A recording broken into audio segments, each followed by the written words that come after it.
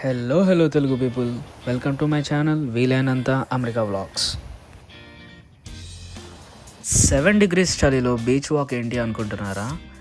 మా కాలేజ్ ఇచ్చే హోంవర్క్స్కి, మాకున్న టెన్షన్స్కి వీక్ ఒక 2 బీచ్ వాక్లు వేస్తే కానీ సెట్ అవ్వము.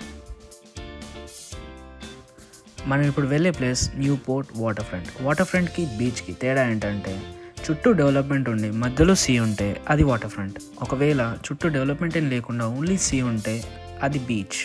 నాకు ఇక్కడికి వచ్చాకే తెలుసుందండి.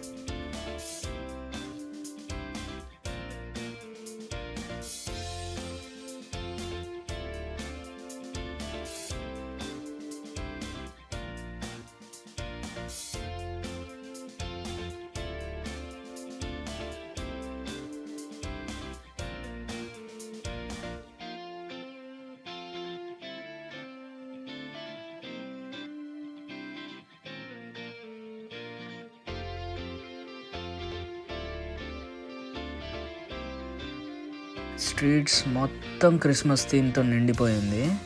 చుట్టూ చూసే చెట్లు, ఆ స్ట్రీట్ లైట్స్, ఎవ్రీథింగ్ క్రిస్మస్ థీమ్తో నింపేశారు.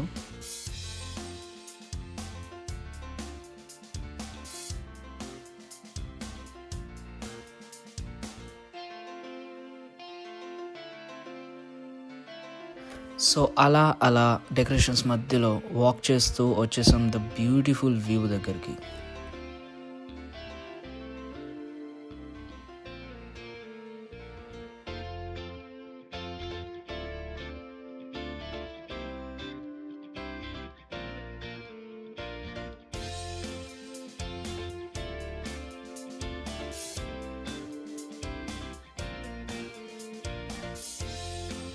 చుట్టూ చెట్లన్నీ లైట్స్తో, జింగిల్ బెల్స్తో, క్రిస్మస్ థీమ్తో నింపేశారు. ఇక్కడ ఇలా వాక్ చేస్తూ వెళ్తే బ్యూటిఫుల్ సన్సెట్ వ్యూ. అటు సైడ్ అంతా న్యూయార్క్ అది, అండ్ ఆ మధ్యలో ఉన్న బ్లూ బిల్డింగ్ WTC.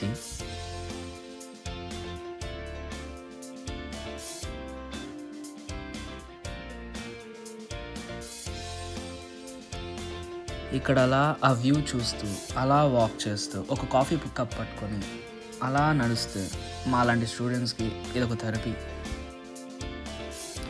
అసలు ఇక్కడ టైం ఎంత అవుతుందో అనుకుంటున్నారు? 3:30. 3:30కే సన్సెట్ అవుతుంది. 4:30 కల్లా టోటల్ చీకటి అయిపోద్ది.